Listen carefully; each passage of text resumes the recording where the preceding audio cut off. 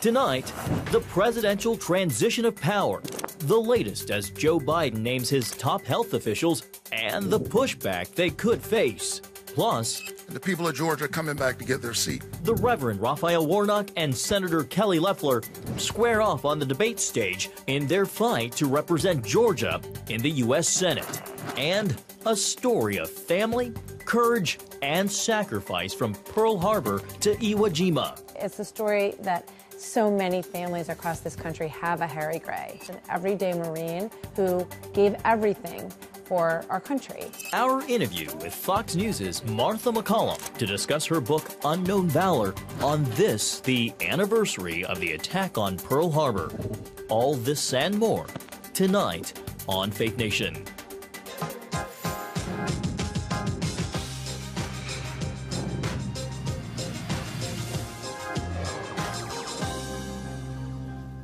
A week out from the Electoral College vote, and more states certified Joe Biden as the winner. Good evening and welcome to Faith Nation. I'm John Jessup. Thank you so much for joining us. Well, while President Trump's legal challenge over the November elections is far from over, the Biden team is moving full steam ahead, securing more than 270 electors as more states like California over the weekend and Georgia today for the third time certify their results. The focus now for Biden is building a team that can win Senate approval. CBN White House correspondent Ben Kennedy joins us now. And Ben, that all boils down to which party has the majority. Yeah, John, you're right. Today, Biden met with his transition staff as they continue to vet potential candidates for his team once he's in office. Good afternoon, folks. If this were a professional sport, the first round of picks are in, with the latest choice, all the work he does, being California Attorney General Xavier Becerra as Secretary of Health and Human Services. Another important position, given the coronavirus, is Biden's choice to lead the CDC. That role will go to Rochelle Walensky, who heads infectious disease at Massachusetts General Hospital. Those two players would join Dr. Anthony Fauci, named by Biden as Chief Medical Advisor on coronavirus. Rounding out the team so far, Ron Klain as White House Chief of Staff, Federal Reserve Chair Janet Yellen as Treasury Secretary, Anthony Blinken, who worked in President Obama's State Department, would be promoted as Secretary of State for Biden if approved by the Senate. John Kerry chosen for a new role as Special Presidential Envoy for Climate. For Homeland Security, Biden nominated Alejandro Mayorkas, who led U.S. citizenship and immigration under President Obama. Foreign Service veteran Linda Thomas Greenfield was named as U.S. Ambassador to the United Nations. Biden also wants Jake Sullivan as National Security Advisor, Avril Haines as Director of National Intelligence, and Neera Tanden as Office of Management and Budget Director. Former U.S. Surgeon General Vivek Murthy under President Obama would reprise his role for Biden's administration. Also, Obama veteran Democratic spokeswoman Jennifer Psaki will serve as White House press secretary.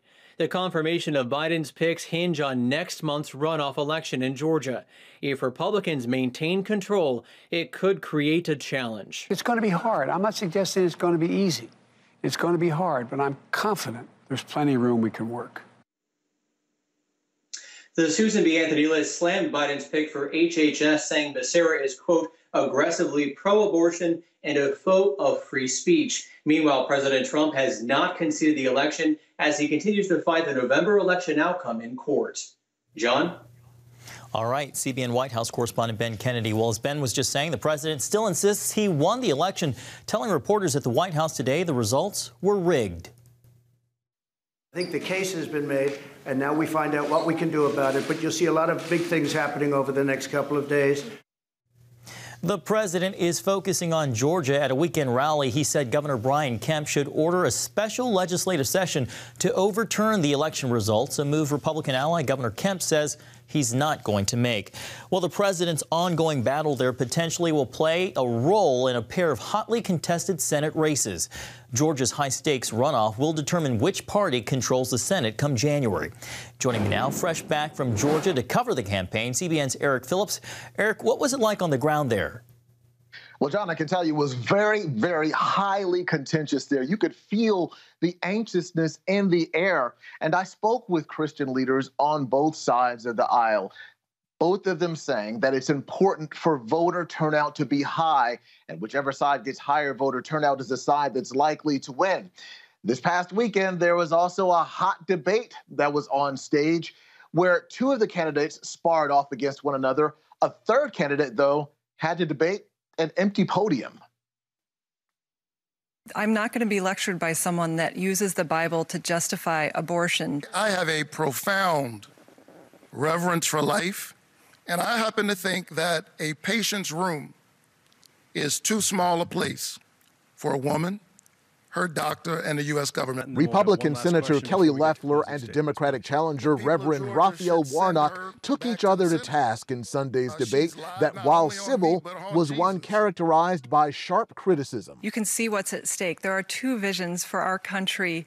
Mine, the American dream. My opponent, socialism. There are those who are engaged in the politics of division. They have no vision, and so they engage in division.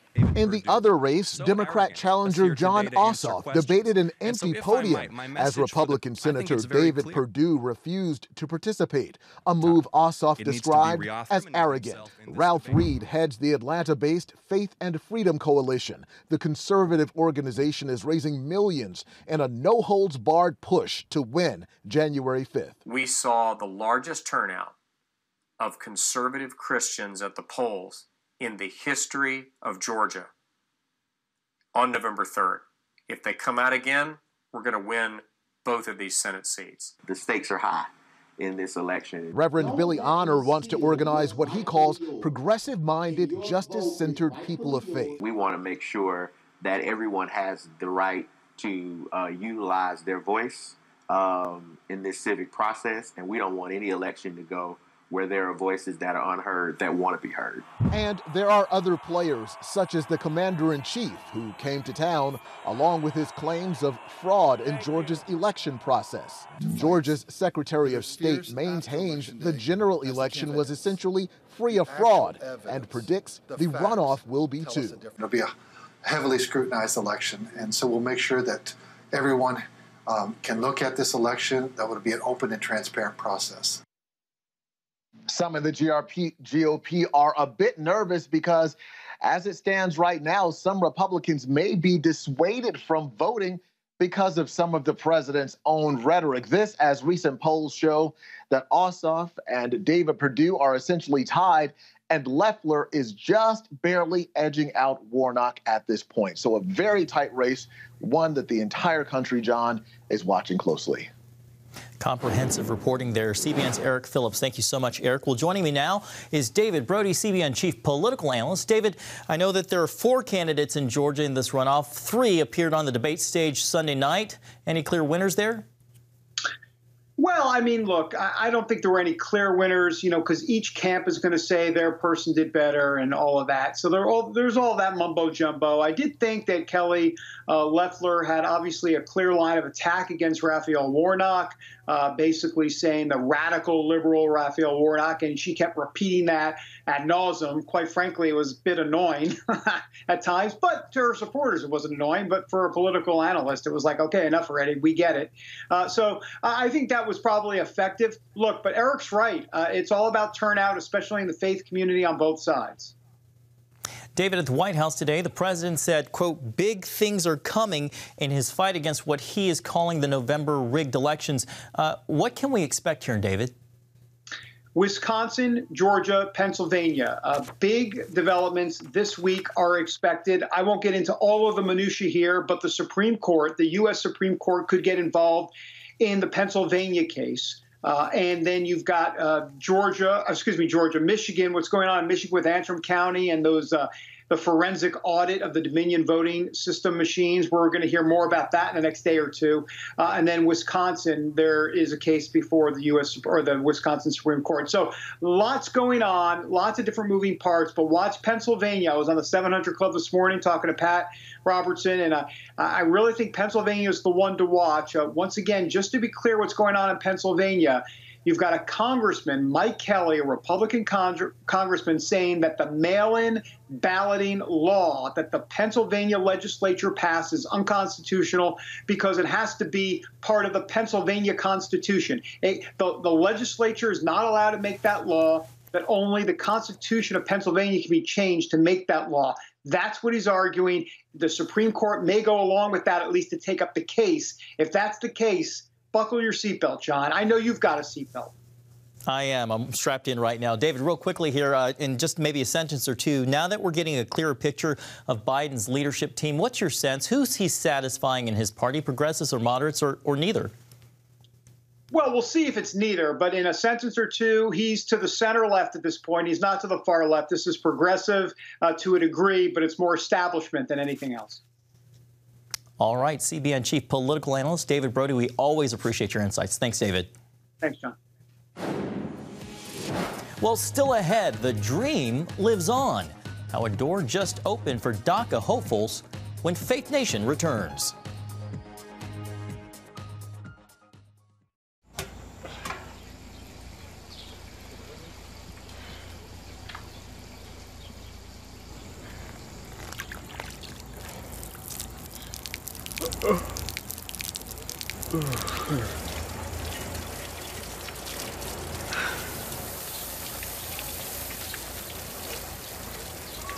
Life is better with a good night's sleep. Get your free DVD or booklet of Protect Your Sleep as the world watches from the outside. It's a big diplomatic tug of war here in the Middle East. Go inside the story with Jerusalem Dateline. Israeli archaeologists are talking about a discovery that could change the thinking about the Temple Mount. Join CBN Jerusalem Bureau Chief Chris Mitchell and get the biblical perspective on the events shaping the world. What starts in Israel then ends up going to other places. Watch Jerusalem Dateline Friday night at 9:30 on the CBN News Channel.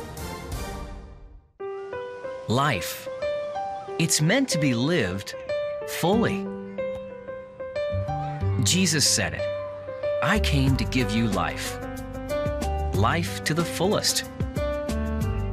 Life in your family. Life in your finances. Life in your body, mind, and spirit. Life in your everyday.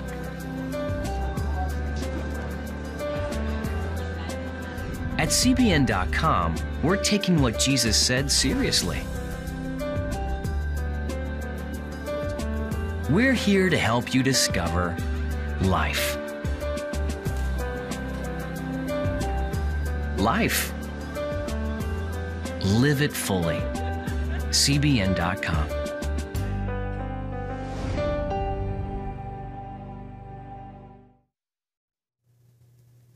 Well, welcome back. Today's the deadline for the Homeland Security Department to publish notice that it will start accepting new DACA applications. This is the result of a ruling from a New York federal judge last Friday. The judge gave DHS until today to post public notice that's to be displayed, quote, prominently on its website and on the websites of all other relevant agencies, that it is accepting first-time requests for consideration, a deferred action under DACA, renewal requests, and advance parole requests.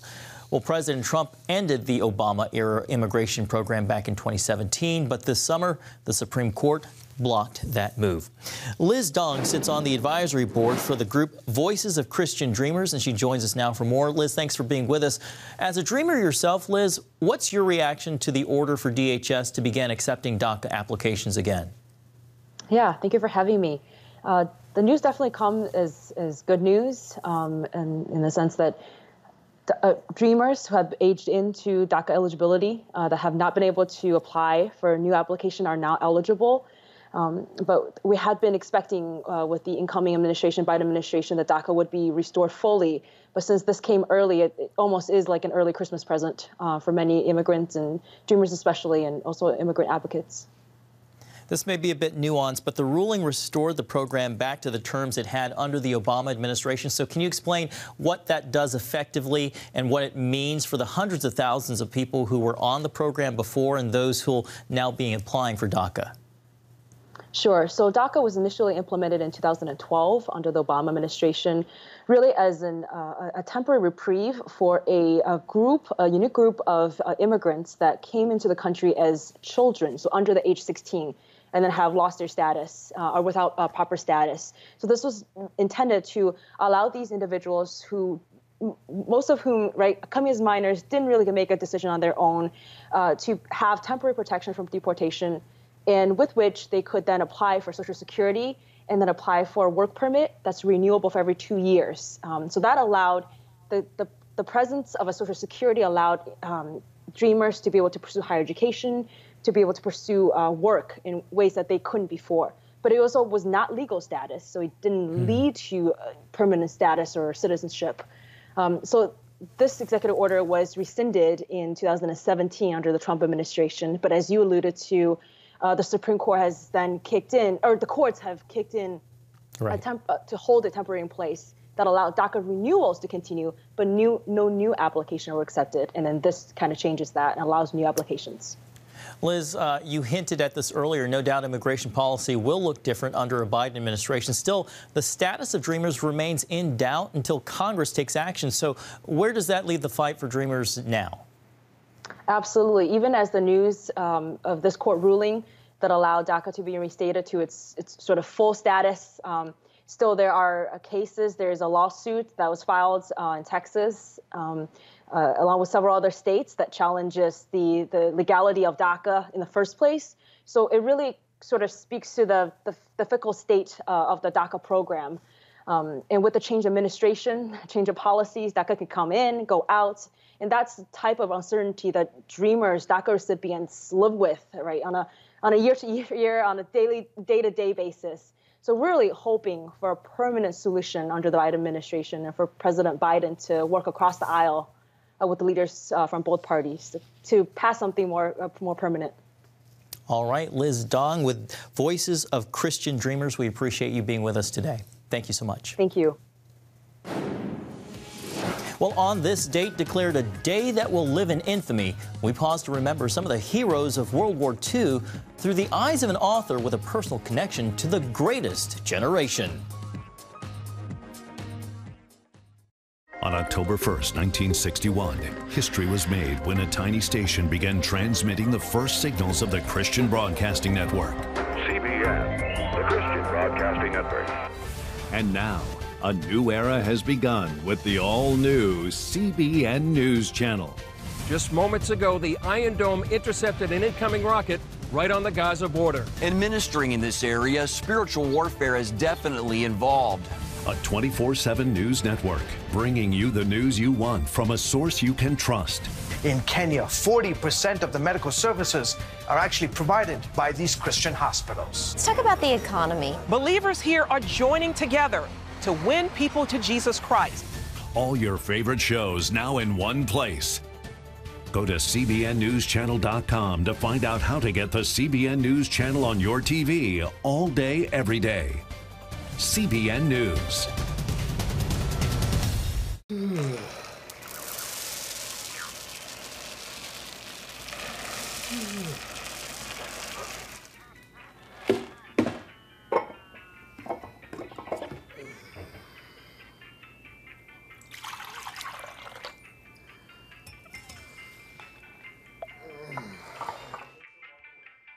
Life is better with a good night's sleep. Get your free DVD or booklet of Protect Your Sleep today. Life. It's meant to be lived fully. Jesus said it. I came to give you life. Life to the fullest. Life in your family. Life in your finances. Life in your body, mind, and spirit.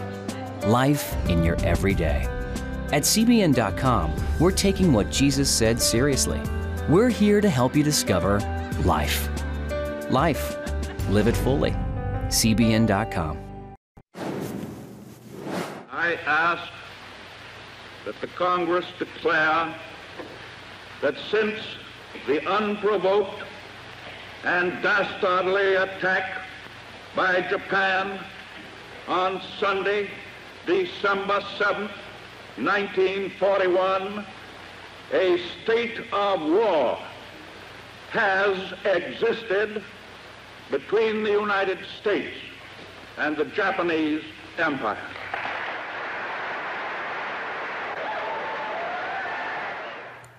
And that, of course, was President Franklin Delano Roosevelt back in 1941, the day after the attack on Pearl Harbor. Today marks the 79th anniversary of that attack. Unlike years past, survivors won't be gathering together to remember the lives lost. The Navy and National Park Service closed all ceremonies due to the coronavirus, opting to live stream the annual memorial instead. Well, a popular primetime Fox News host recently dipped her toe in writing, choosing to highlight the heroes of the greatest generation. My Faith Anchor co-anchor Jenna Browder sat down with Martha MacCallum to discuss her new book, Unknown Valor, documenting the Battle of Iwo Jima and the very personal significance it has for her. We're going to obviously come back to this live. Martha MacCallum, host of The Story on Fox News. The ongoing feud between President Trump and Nancy Pelosi boiling over today. Knows how to tell a story. Each night interviewing guests from politicians and heads of state to everyone else in between. What's the impact on the economy and also potentially on your reelection? And now she's telling her own. Unknown Valor, a story of family, courage, and sacrifice from Pearl Harbor to Iwo Jima. It's the story of these men right here who sacrificed everything at Iwo Jima, one of the bloodiest and most brutal battles of World War II. And for Martha, it's deeply personal. Who is Private Harry Gray? He was my mother's first cousin. His sister is still alive, Nancy Gray, and she's my Aunt Nancy, so, you know, he would have been my Uncle Harry. At 18, Harry left home and enlisted in the Marines. Obviously, his family was concerned. He was very young. His mom wanted him to finish high school, and so he did that for her. But as soon as he graduated, he was off to Parris Island in South Carolina for training, and then to the West Coast, and then on the USS Rochambeau across the ocean to Guam, and ultimately to Iwo Jima. Martha skillfully weaves his story and more than a handful of others who served on the island, together with the history of the war on the Pacific Front. She says her fascination with Harry started when she was young. What kind of stories did you hear about Harry, your Uncle Harry, when you were growing up? Well, my mother shared his letters with us when I was a teenager, and I remember reading them and I just started crying. They were so moving to me, and I wanted to know more about him and about his life. And then when I started writing the book, I got to a whole nother level because my Aunt Nancy and I sat down and we spoke for hours and I interviewed her. And that was just the start of her research. You went to Iwo Jima yourself in researching and writing this book. What was that like, actually being there? It was extraordinary, and I knew that I had to go there in order to tell the story accurately, to walk on the island. The island is small, it's only 8 miles square. And it was loaded with 60,000 U.S. Marines and 20 to 30 to 40,000 Japanese soldiers who were mostly in the island. They had dug 11 miles of tunnels. So we got to see some of those caves and those tunnels. I climbed Mount Suribachi where the flag was raised and looked down at the black beaches. And we climbed up the beaches, which are black volcanic sand, and they're hard to climb up those terraces. And so I climbed them with, you know, jeans and a shirt on, not with a rifle or a pack on my back, and certainly not under fire. And it was difficult just under those circumstances. So it gave me a real sense of, you know, just how hard it was to fight on that island. It was a brutal, brutal battle, and so many people lost their lives. Including Harry Gray, who died in a nighttime mortar attack. With the constant fear of death looming large over these men, Harry and many on the island turned to their faith. One of the most moving things that I found that I didn't know existed was Harry's wallet, which was in his front pocket when he was killed. And there were bloodstains on that. There were pictures of his family. And then there was this little tiny prayer book. And in the back of it, he had written in his own handwriting this beautiful prayer, which basically said, you know, watch over me, but whatever is your will is what will happen. And I, you know, pray that you'll watch over me. And just to think of this 18-year-old, you know, writing this beautifully written, painstakingly lettered prayer and making sure that it was with him in his pocket was really moving to me. And I thought it was fascinating that there were 19 Catholic priests who were on the island and that they were giving communion sometimes 4, sometimes 5 times a day. These men were asking for it, these Marines on Iwo Jima, and knowing that they could die any minute. So there's a real presence of God in this story that was kind of unfolded to me in a very, you know, sort of real way as I learned about them and their faith. even though Harry didn't survive the war, his legacy lives on. My son Harry is my youngest, and I named him with Harry Gray in mind. He's roughly the same age now that Harry was at that time, and I hope that this book will be a legacy for him and for all my kids and for other people too, because my feeling is that, you know, it's not just a story about Harry Gray, it's a story that so many families across this country have a Harry Gray, have someone that they lost who is not, you know, someone who earned many medals or was a hero that everyone's aware of, but just an everyday Marine who gave everything for our country.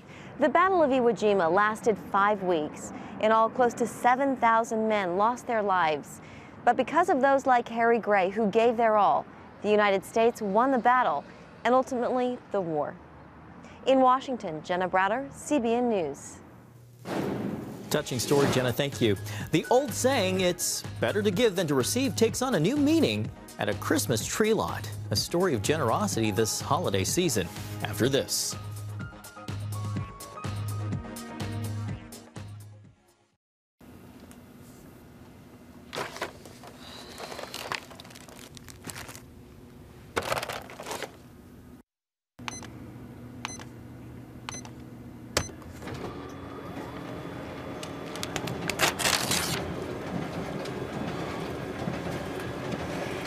Life is better with a good night's sleep. Get your free DVD or booklet of Protect Your Sleep today. I'm Ephraim Graham, and this is Studio 5.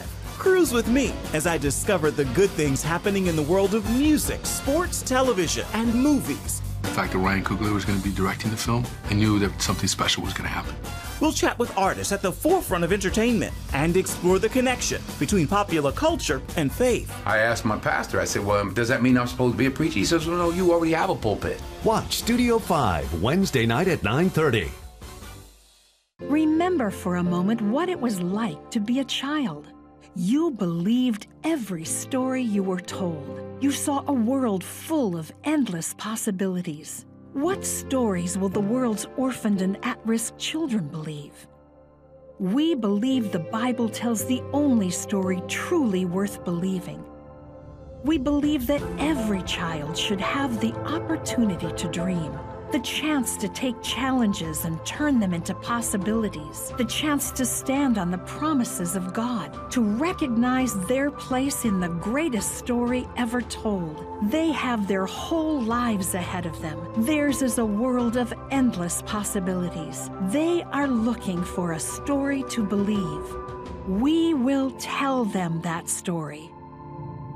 Will you join us?